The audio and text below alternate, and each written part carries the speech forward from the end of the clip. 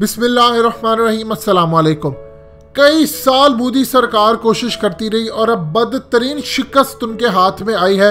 Interpole ने किसी भी सूरत मजीद डिस्कस करने से पहले इस वीडियो को लाइक करें, हकीकत टीवी को सब्सक्राइब करें और बेल आइकन पर जरूर क्लिक करें।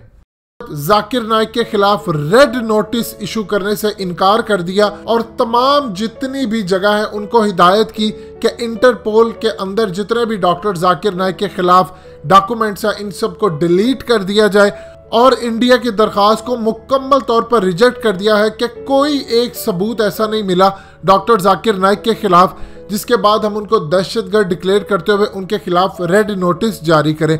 ये इतना बड़ा झटका है मोदी सरकार के लिए, इतना बड़ा झटका है कि आप सोच नहीं सकते। 838 चैनल हैं इंडिया के अंदर जिनमें से 450 से ज्यादा न्यूज़ चैनल हैं और अक्सरियत न्यूज़ चैनल्स की वो है जो डॉक्टर जाकिर नाइक के खिलाफ मोदी के एजेंडे पर काम करते रहे, उनको दहशतगर्द डिक्लेयर करते रहे। यानी आप अंदाजा कर ले कि इंडिया के अंदर उनकी तंजीम को बैन किया है, हर लिहाज से उनको बैन किया, उनके एसेट्स जब्त कर लिया है। जितनी भी उनके खिलाफ मनी लॉन्ड्रिंग के झूठे सबूत दिए वो इंटरपोल को इन्होंने कहा कि आप इनके खिलाफ रेड नोटिस जारी करें, जो रिजेक्ट कर लिए। आप एक चीज़ को समझ लें कि इंटरपोल के पास इख्तियारात होते हैं 8 तरह के नोटिस जारी करने के, जिसके अंदर रेड नोटिस होता है, ब्लू होता है, ग्रीन होता है, येलो होता है, ब्लैक होता है, ऑरेंज होता है और पर्पल होता है। और ये इनमें से सबसे ज़्यादा खतरनाक नोटिस होता है रेड नोटिस। इसका मतलब ये होता है कि आप इंटरनेशनल लेवल पर अरेस्ट वारंट जारी करवा सकते हैं और उसके बाद डॉक्टर जाकिर नाइक पर इंटरपोल दबाव डालकर उनको अरेस्ट कर सकती थी। इस सारी सूरत हाल के अंदर एक 8वां नोटिस जो होता है वो स्पेशल नोटिस होता है, इशू किया जाता है कि यूनाइटेड नेशन सिक्योरिटी काउंसिल की जानिब से।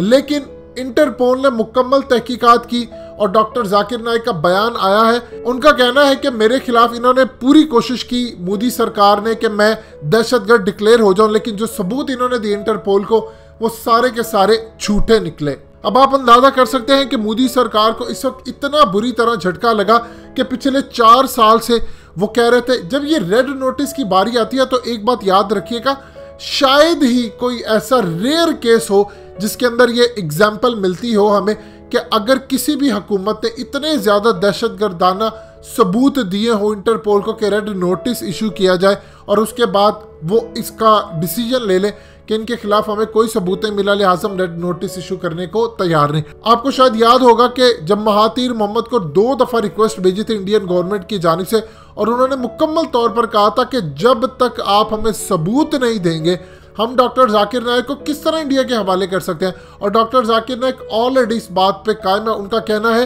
कि दुनिया के अंदर किसी भी थर्ड पार्टी, किसी भी थर्ड कंट्री के अंदर चले जाए, जो इनको पसंद हो, जिस पर मैं भी राजी हो जाऊँ, वहाँ पर जाकर मेरा केस चलाए इंडिपेंडेंटली।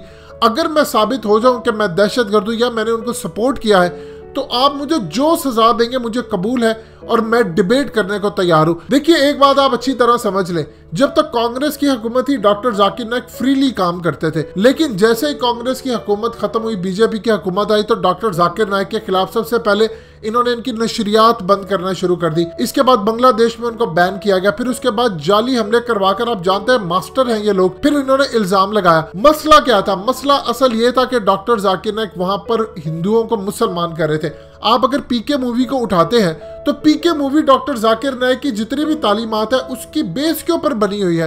यानी डॉक्टर जाकिर नाइक ने क्या कहा, उन्हीं की किताबों से, वेदास से, भगवत पुराना, गीता, ये सब से उनका निकाल के रेफरेंस, महाभारत के भी रेफरेंस देकर कहा कि देखिए आपकी अपनी किताबों में हजूर पाक सल्लल्लाहु अलैहि वसल्लम का जिक्र है, उनको आखिरी प्रॉफिट मानना लाजिम है। और उसके बाद उन्हीं की किताबों से दिखाया कि आपकी किताबें कहती हैं रेफरेंस देकर कि ना तो किसी भी भगवान की या आप जिनको ईश्वर मानते हैं उनकी कोई पिक्चर ही नहीं है, तो ये बुत परस्ती जो है वो गलत है।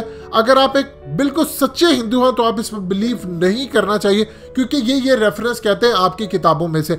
उसके बाद आप जानते हैं श्री श्री रविशंकर को जब डॉक्टर जाकिर नाइक ने हराया उसका असर आज तक इतना ज़्यादा है कि श्री श्री रविशंकर समेत किसी भी हिंदू पंडित ने डॉक्टर जाकिर नाइक से दोबारा डिबेट करने से इनकार कर दिया। विलियम कैम्बल के साथ जब डॉक्टर जाकिर नाइक की डिबेट हुई थी, उससे पहले किताब उन्होंने लिखी थी जो कि मुसलमानों के खिलाफ थी, कुरान के खिलाफ थी। जब डॉक्टर जाकिर नाइक ने उनको हराया तो उसके बाद वो किताब पहले तो बिकना उनकी बहुत कम हो गई, फिर उसके बाद हालत ये होगी कि वो किताब ही बिकना बंद हो गई। जब एक शख्स इस लेवल पर काम करता है, जब 9/11 का ड्रामा हुआ तो उन्होंने पूरे भरे मजमे में बुश को दहशतगर्द कहा और उसके बाद तमाम सबूत पेश किए कि अमेरिका के अंदर आज एक सर्वे हुआ है, वहां पर हर 10 में से 8 लोग कहते हैं कि 9/11 का हमला के जाली फ्रॉड था और यह हुकूमत ने खुद करवाया। इस सारी सूरत हाल के अंदर इंडिया के अंदर इस वक्त जो कि पूरी कैंपेन चल रही है कि मुसलमानों को हटाओ और उनको हिंदू बनाओ, तो आप अंदाजा कर ले कि एक शख्स हिंदुओं को मुसलमान बनाएगा तो उसको ये छोड़ दे। अब इनके पास सबूत कोई थे नहीं तो इन्होंने जाली इल्जाम लगाया जो इंटरपोल ने भी रिजेक्ट कर दिया। ये बदतरीन शिकस्त है मोदी के लिए और इतनी बड़ी शिकस्त है कि खड़े होकर उन्होंने रैलीज में मोदी ने डॉक्टर जाकिर नाइक को बहुत लताड़ा, लेकिन आज शिकस्त उनके हाथ पर आई है। मुसलमानों के लिए अफसोस का मकाम है कि हम इस इशू को हाईलाइट ही नहीं कर पाए कि आज दुनिया को बताएं कि मोदी की शिकस्त है। कितने पाकिस्तान के मीडिया चैनल्स आपको ये बात बता रहे, कितनी जगहों पर ब्रेकिंग न्यूज हुई है, नहीं बता सकते क्योंकि सब उन्हीं का लेकर खाते हैं।